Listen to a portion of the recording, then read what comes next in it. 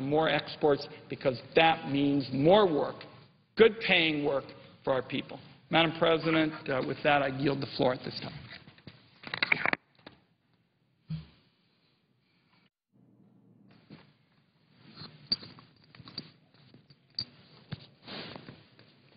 Madam President. The Senator from South Dakota. Madam President, I also believe profoundly that increasing our exports, improving our trading opportunities for businesses in this country can do a lot to get Americans back to work.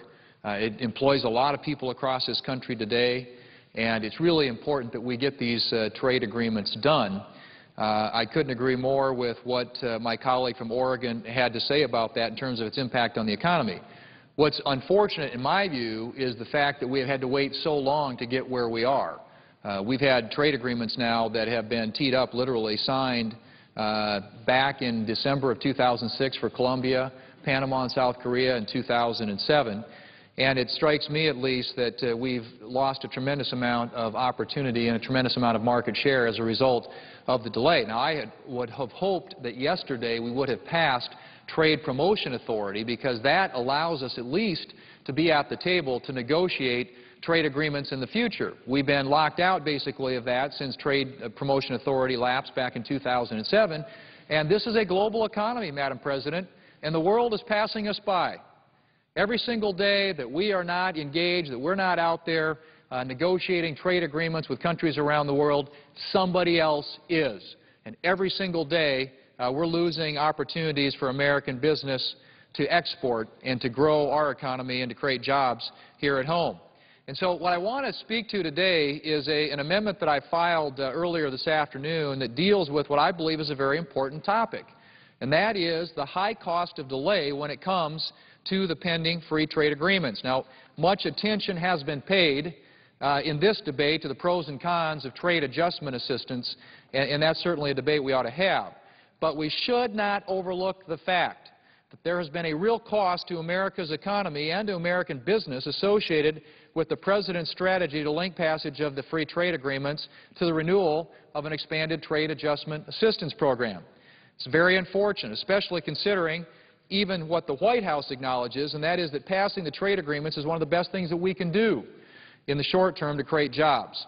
According to the Business Roundtable, the passage of the trade agreements will support 250,000 American jobs. The U.S. Chamber of Commerce estimates this figure could be as high as 380,000 U.S. jobs. You would think that passage of these trade agreements, which were signed in 2006 and 2007, would have been a priority, and an early priority, for the Obama administration. Yet here we are, more than 2.5 years into this administration, and the President still has not made a commitment to send us the trade agreements so that we can consider them. Now, I hope that what we're doing today puts in place a process whereby that will happen. But as of right now, we have yet to see those trade agreements, notwithstanding the President's assertions that he's committed to growing trade and to getting these trade agreements passed. That can't happen until they are submitted to the United States Congress for ratification. I'm hopeful that the trade bill that's before us now will allow us to get to a full and fair debate on the trade adjustment assistance, and in so doing, we will finally get to where we have removed what I hope is the last obstacle blocking passage of the 3 free trade agreements. My amendment, Madam President, is very simple. Under the current Trade Promotion Authority procedures, the International Trade Commission must prepare a report that is submitted to Congress no later than 90 days after a trade agreement is signed. However, there is currently no requirement that the ITC conduct a study to assess the negative impact on U.S. businesses when we delay implementation of an agreement, as we have with Korea, Colombia, and Panama.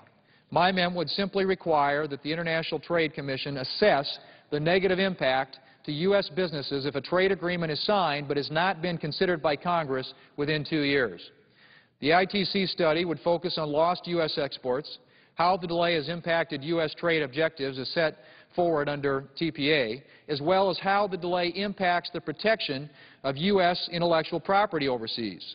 The study would also estimate the impact on U.S. employment if the trade agreement in question continues to languish. Finally, the ITC would be required to update this study in every year subsequent that the trade agreement is not considered by Congress or if it is not entered into force. My amendment follows a basic principle. If the President, I should say, believes a trade agreement is in America's national and economic interest, he needs to submit it to Congress. The three pending trade agreements that hopefully will be considered soon are a good case in point. Consider that United States companies have paid more than $5 billion in tariffs to Colombia and Panama since the trade agreements with these nations were signed more than 4 years ago. That's $5 billion that American companies have had to put out in the form of tariffs to these countries because these are trade agreements which were signed more than 4 years ago, haven't entered into force. More importantly, U.S. businesses have lost countless business opportunities in Korea, Colombia, and Panama. Without trade agreements to ensure similar treatment for our exporters, American businesses will continue to face high tariff and non-tariff barriers abroad. Consider just one example, Madam President. The market for agricultural products in Korea, which is the world's 13th largest economy. Korea's tariffs on imported agricultural goods average 54% compared to an average 9% tariff on these imports into the United States. Passage of the Korea Free Trade Agreement will level this playing field. Yet the administration continues to delay sending these agreements to Congress. At a time of near record unemployment and slow economic growth, this delay is unacceptable. This ongoing delay is having a real impact on American businesses, and it will only get worse. The Colombian market for agricultural products is another good example of the high cost of delay. In 2010, for the first time in the history of U.S.-Colombia trade, the U.S. lost to Argentina its position as Colombia's #1 agricultural supplier. Consider the story of the three main crops that we grow in South Dakota: soybeans, corn, and wheat. The combined market share in Colombia for these three U.S. agricultural exports has decreased from 78% in 2008 to 28% in 2010, a decline of 50 percentage points. We are living in a global economy where America cannot afford to stand still and to stay on the sidelines when it comes to trade. In 1960, exports accounted for only 3.6% of our entire GDP. Today, exports account for 12.5% of our GDP. Exports of U.S. goods and services support over 10 million American jobs. It is long past the time, Madam President, that we get back in the game by passing the three pending trade agreements and then to work aggressively to make sure that our administration is in a position with Trade Promotion Authority to negotiate new agreements that will open up new market opportunities for American business. America's manufacturers, America's farmers, America's service providers cannot afford to wait any longer. And so what this amendment does, Madam President, very simply, is requires us to weigh and to evaluate and to analyze the impact of delay when it comes to implementing these free trade agreements. We have seen in these examples of Colombia and Panama and South Korea with great clarity the impact, the economic impact, the loss of market share that has occurred to many of our exporters as a result of this delay. And it's important that we know, that American business know, that the American people know what we're losing when we delay these agreements, as has happened here with these three particular agreements. So it's a straightforward amendment, Madam President, and I raise it to raise what I think is an important issue, and that is that when we get signed agreements, we need to take action on those. They need to be submitted, ratified, and acted on by the United States Congress, or we are going to continue to lose out to critical, important opportunities for American exporters. Madam President, I yield the floor. Madam President. The senator from Oregon. Madam President, before he leaves, I simply want to say to the distinguished senator from South Dakota, he is the ranking Republican on our subcommittee, that I very much enjoy, working with him and have listened carefully to his remarks. And it seems to me what we ought to be addressing here in the Senate is that our country is about opportunities. It's about opportunities. Trade agreements present an opportunity for more exports. something, as the senator from South Dakota touched on, is particularly promising for areas like agriculture. I know in South Dakota and Oregon, huge opportunities. America is about exports. Free trade agreements are about opportunities to export. The Trade Adjustment Assistance Program is about opportunities for our workers to update their skills. And in a sense, American business is only as competitive as their workers. And that's why, in my view, we've always had this tradition, a bipartisan tradition, which I've tried to highlight this afternoon, of making sure that we would look at every possible opportunity to advance trade. I think before the senator came to the floor, I talked, and you and I have talked about this, is our tariffs have historically been low compared to the rest of the world. They've got, big tariffs. We have trade agreements that level the playing field. Our side gets more out of it than everybody else. It's been part of the bipartisan approach to trade. And it seems to me we have the chance, and I hope we're heading into the home stretch, because I think the senator from South Dakota has correctly noted that it's certainly time to get this done, to get it to the President's desk, that we can resolve this by saying that this is an opportunity for the Congress, the Senate, at its best, because we can be in the opportunities business. Trade agreements generating opportunities for exports that are clear winners for the American economy when we have high unemployment, economic insecurity, surging imports from Japan. We need opportunities for our businesses to export. But we also need opportunities for our workers. And I hope as we move into the home stretch of this discussion, we can see that trade adjustment assistance is an opportunity for our workers to update their skills. As they update their skills, that's going to make American businesses, particularly our exporters, more competitive, because they will have workers that can take the job. I'm going to make a unanimous consent request, Madam President, but I did want to express my appreciation to the senator from South Dakota. He and I have worked very closely on a whole host of issues, in fact, some that I think are going to be a big part of the future debate. The senator from South Dakota and I want to make sure that those who manufacture digital goods in our country and offer digital services get treated fairly in international markets. This is also a promising opportunity. Digital goods, software, for example, digital services like cloud computing. Under the legislation the senator from South Dakota and I have offered, we can break down some of the barriers to those kinds of products. Looking forward to working with him on that and a number of other issues. And, Madam President, I would just, in closing these remarks, ask unanimous consent that the following members of the Finance Committee staff be granted floor privileges during the consideration of the Generalized System of Preference Act: Joseph Skovich and Danielle Dellerson, if they could. Without objection. Great. Madam President, I yield the floor at this time. The senator from South Dakota. I just want to say I appreciate the senator from Oregon, and he and I have worked together on a number of issues, not the least of which is some of these trade issues, and I look forward to continuing that collaboration. I do believe the senator from Oregon is someone who really understands the value of opening up export opportunities for American businesses and has worked and advocated on their behalf in his time here in the Senate.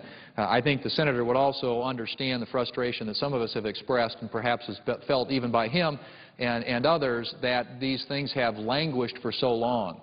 I understand the issue of trade adjustment assistance is very important to him and many other members on his side of the aisle, as well as to some on our side. But it strikes me, at least, that we could have been at this a lot sooner and not have relinquished and given up so many of the lost market opportunities that I mentioned in my remarks. And it certainly impacts an agricultural state like mine.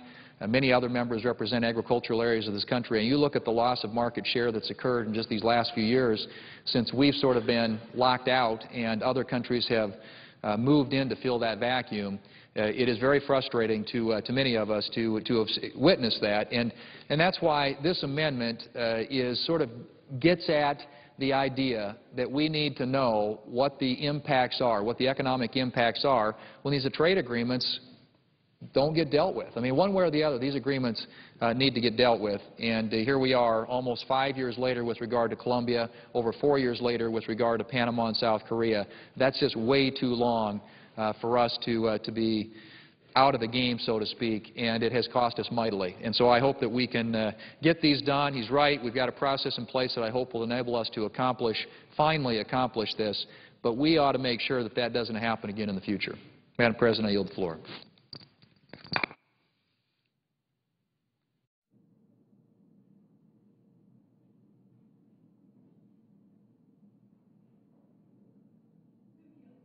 Yield's time. Madam President, I note the absence of a quorum. The clerk will call the roll. Mr. Akaka.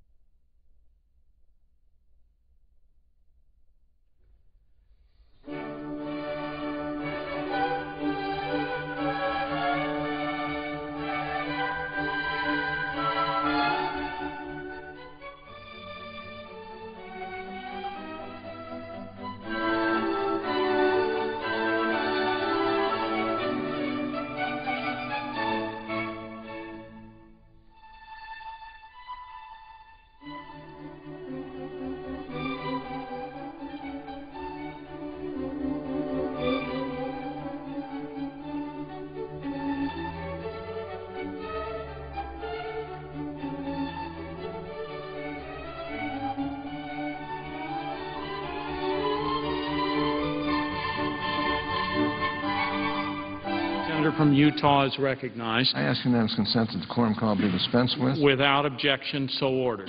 Mr. President, as I understand it, we're prepared to vote. That's correct. Under the previous order, the question occurs on amendment number 642, offered by the senator from Utah, Mr. Hatch, with 2 minutes of debate equally divided prior to the vote. Senator from Utah is recognized. Well, I thank you, Mr. President. I rise in support of my amendment number 642.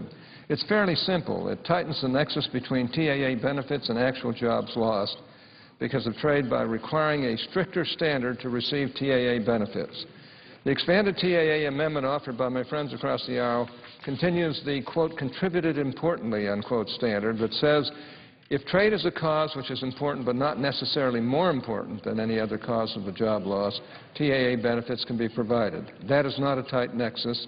We would return that nexus to a, quote, substantial cause, unquote, of job loss, which was the nexus that was established by President Reagan, and by returning to the stricter TAA standard, this amendment puts reasonable constraints on the program to stop it from expanding into another out-of-control spending program.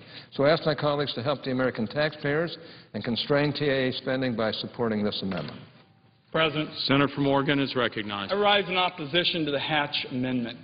Mr. President, in a time of surging Chinese imports, high unemployment, and widespread economic pain, the Hatch Amendment would make it harder for workers, companies, and farmers to obtain trade adjustment assistance and be better positioned to compete in the global economy. Specifically, the Hatch Amendment would take Congress back to a standard for qualifying for TAA benefits that was a demonstrated failure in the early 1980s. Chairman Baucus and Chairman Camp have put together a reasonable TAA agreement. It is bipartisan. That bipartisan agreement ought to be preserved, which is why the amendment by the senator from Utah should be rejected. I strongly urge a no vote on the amendment. Mr. President, Senator from Utah is recognized. I ask for the yeas and nays. Is there a sufficient second? There appears to be. Clerk will call the roll.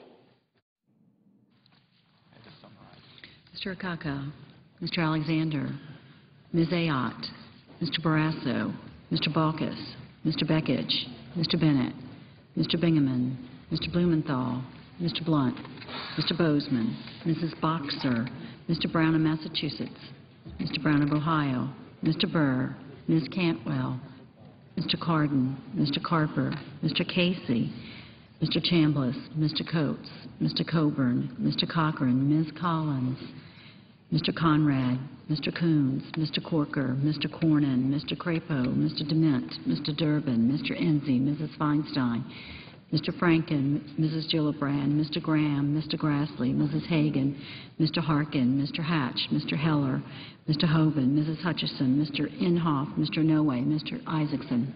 Thank you.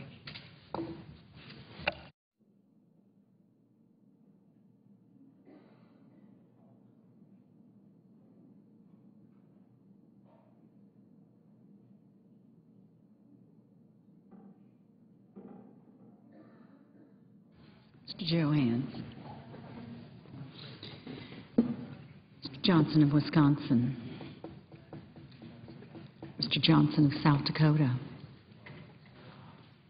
Mr. Kerry. Mr. Kirk. Ms. Klobuchar. Mr. Cole. Mr. Kyle. Ms. Landrieu. Mr. Lautenberg. Mr. Leahy. Mr. Lee. Mr. Levin. Mr. Lieberman. Mr. Lugar. Mr. Manchin. Mr. McCain. Mrs. McCaskill. Mr. McConnell.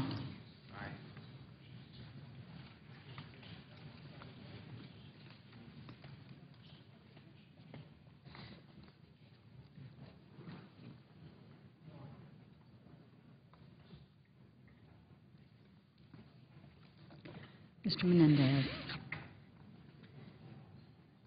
Mr. Merkley. Ms. Mikulski. Mr. Moran. Ms. Murkowski. Mrs. Murray. Mr. Nelson of Nebraska. Mr. Nelson of Florida. Mr. Paul. Mr. Portman. Mr. Pryor. Mr. Reed of Rhode Island. Mr. Reed of Nevada. Mr. Risch.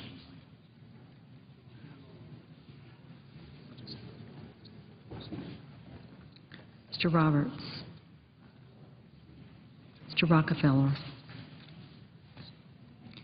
Mr. Rubio. Mr. Sanders. Mr. Schumer. Mr. Sessions.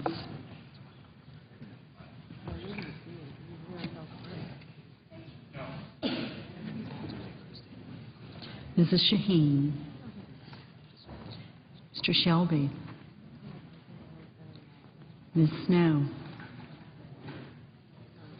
Ms. Stabenow.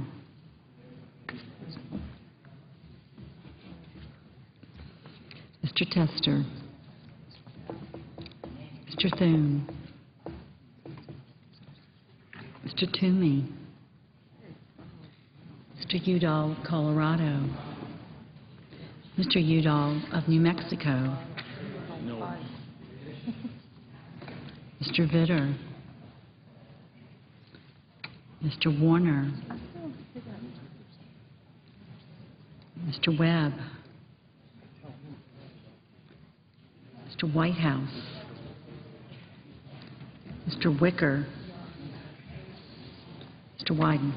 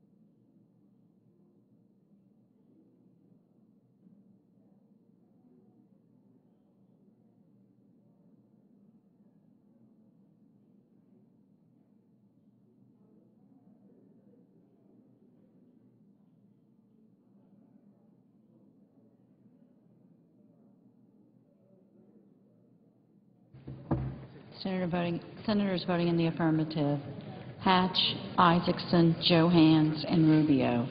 Senators voting in the negative: Bingaman, Cantwell, Manchin, Reed of Nevada, Stabenow, and Udall of New Mexico.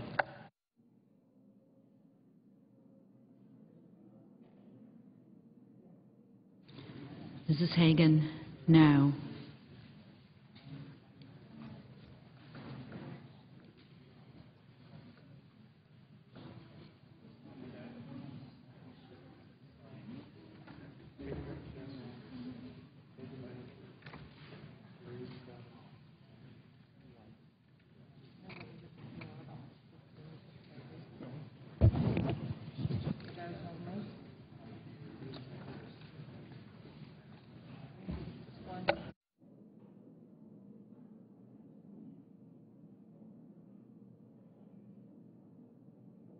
Mr. Nelson of Florida, no.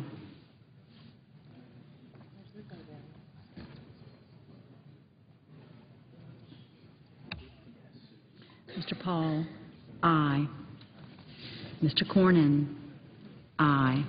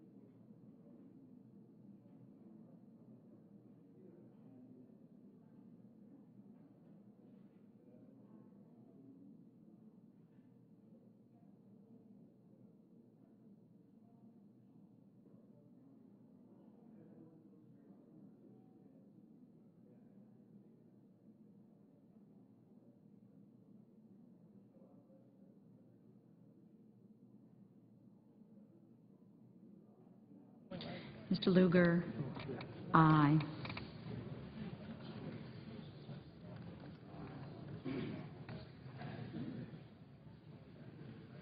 Please try. Put the vinegar in it, and the mustard, it counteracts a good acid.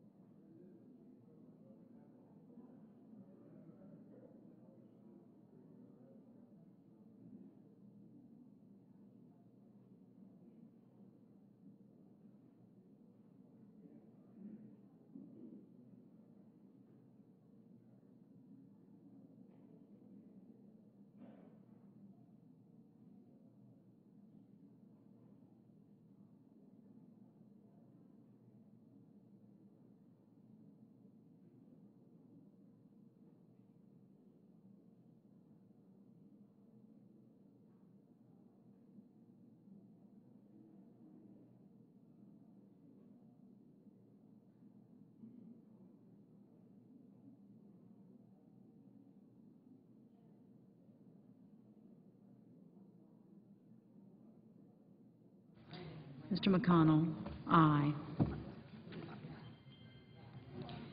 Mr. Nelson, Nebraska, no.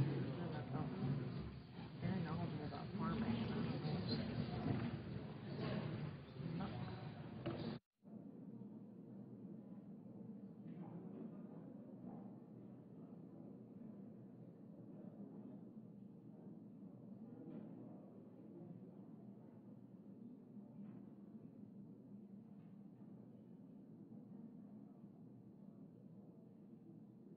Mr. Durbin, no. Ms. Mikulski? Ms. Mikulski, no.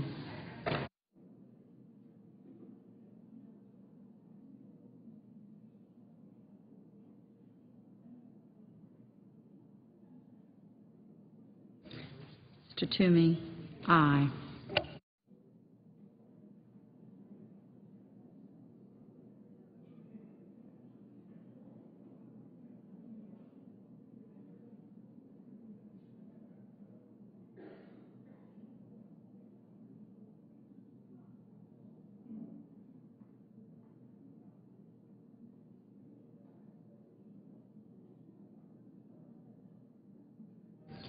Mr. Coons, no.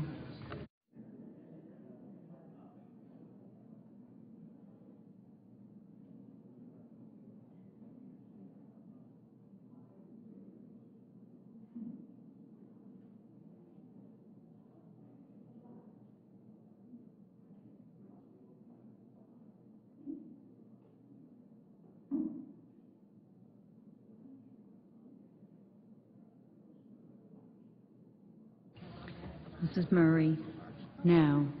Mr. Sessions? Mr. Sessions, aye. Mr. Chambliss? Aye. Mrs. Hutchison? Aye.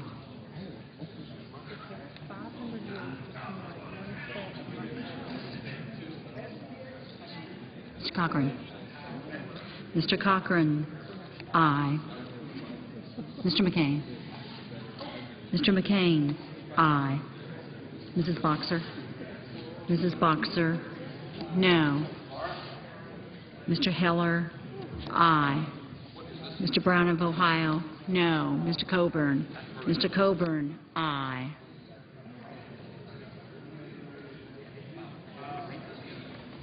Mr. Burr? Mr. Burr? Aye. Mr. Akaka? No. Mr. Moran? Aye. Mr. Noe? Mr. Noe? No. Ms. Blumenthal? Mr. Blumenthal? No. Ms. Ayotte? Aye. Mr. Schumer? No. Mr. Sanders? No. Mr. Brown of Massachusetts? No. Mr. Tester? No. Mr. Bennett? No. Mrs. Gillibrand? No. Mr. Kyle? Aye. Mr. Lieberman? Mr. Lieberman? No. Mr. Reed of Rhode Island? No. Mr. Alexander? Aye. Mr. Vitter? Aye. Mr. Wicker? Aye. Mr. Coates? Aye. Mr. Hoven? Aye. Ms. Collins? Ms. Collins? No. Mr. Conrad? Mr. Conrad? No. Ms. Murkowski? Aye.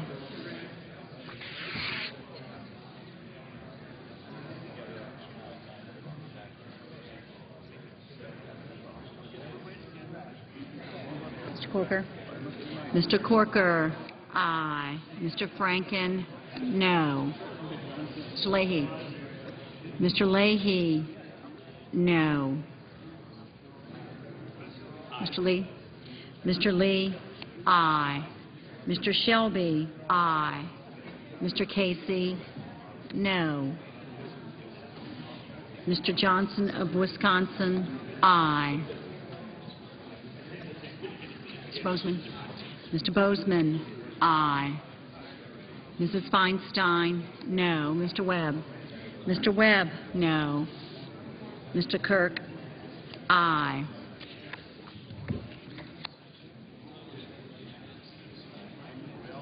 Mr. Harkin? Mr. Harkin? No. Mr. Pryor? No. Mr. Graham? No.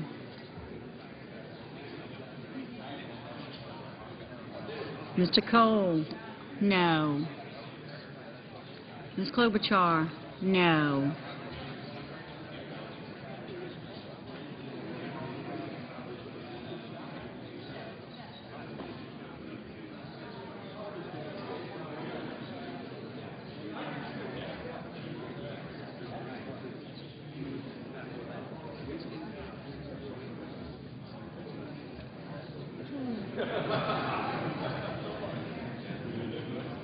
Mr. Warner?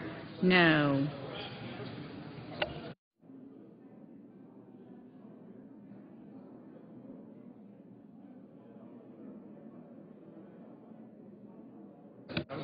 Mr. Whitehouse? No. Ms. Landrieu? No.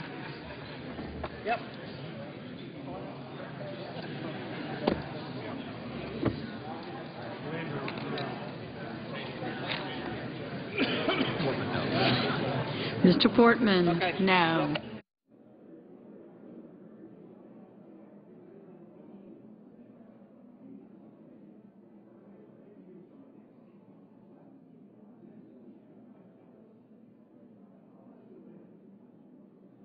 Mr. Grassley? Aye.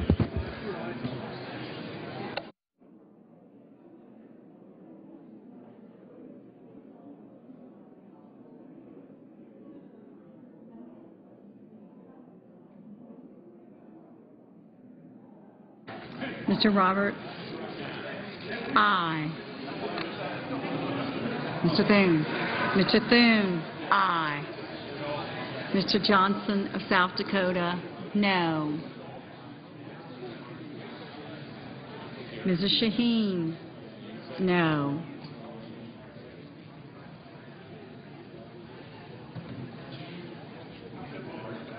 Mr. Baucus? Mr. Baucus?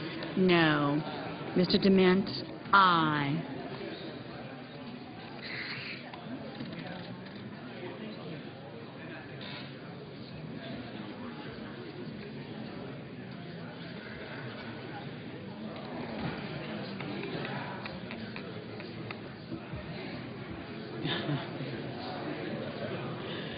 What's wrong, John?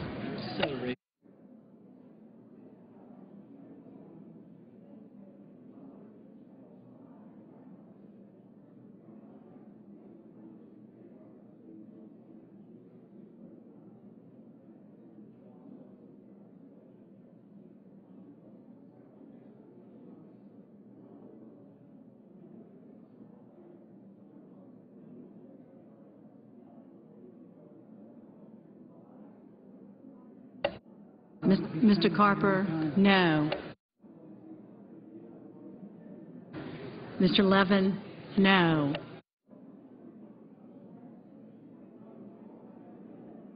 Ms. Snow? No.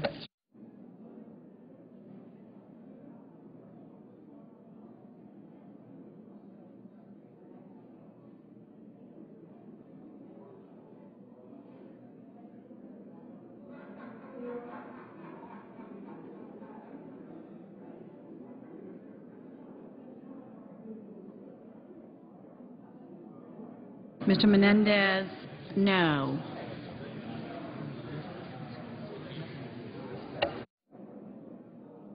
Mr. Beckich? Mr. Beckich? No. Ms. Cardin? Mr. Cardin? No. Mr. Inhofe? Mr. Inhofe? Aye.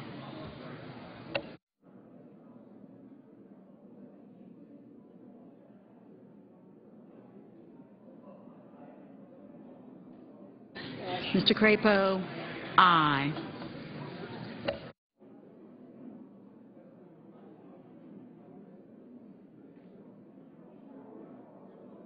Mr. Lautenberg? No. Mr. Carey? Mr. Carey? No.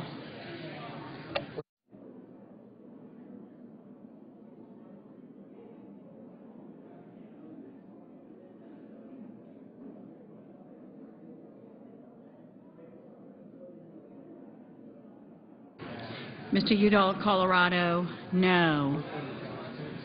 Mr. Risch? Aye. Walked in. I don't know where he went, but I just saw him.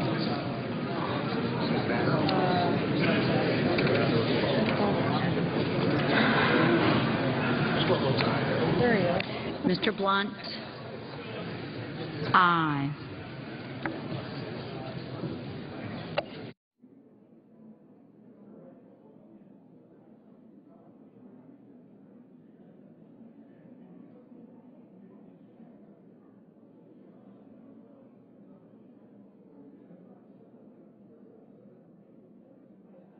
Mr. Merkley? Mr. Merkley? No.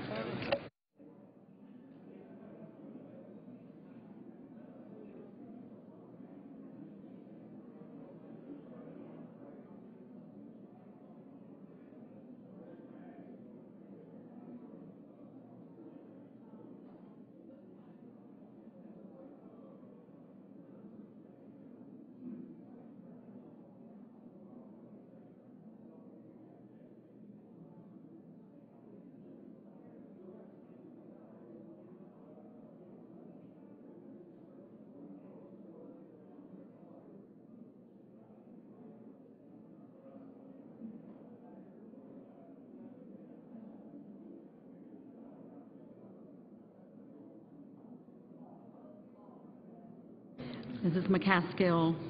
No.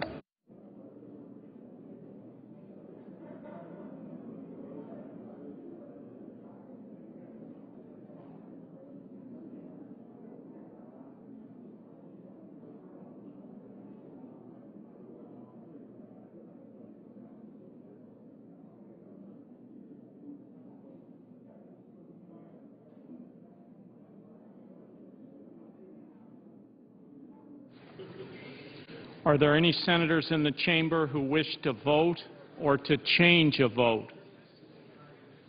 If not, on this vote, the yeas are 40, the nays are 57. Under the previous order requiring 60 votes for the adoption of this amendment, the amendment is not agreed to. Under the previous order, the question occurs on the amendment number 645 offered by the senator from Arizona, Mr. Kyle, with 2 minutes of debate equally divided prior to the vote. The Senate will be in order. Senators are asked to take their conversations from the well so that Senator Kyle can be heard on his amendment. Senate will be in order.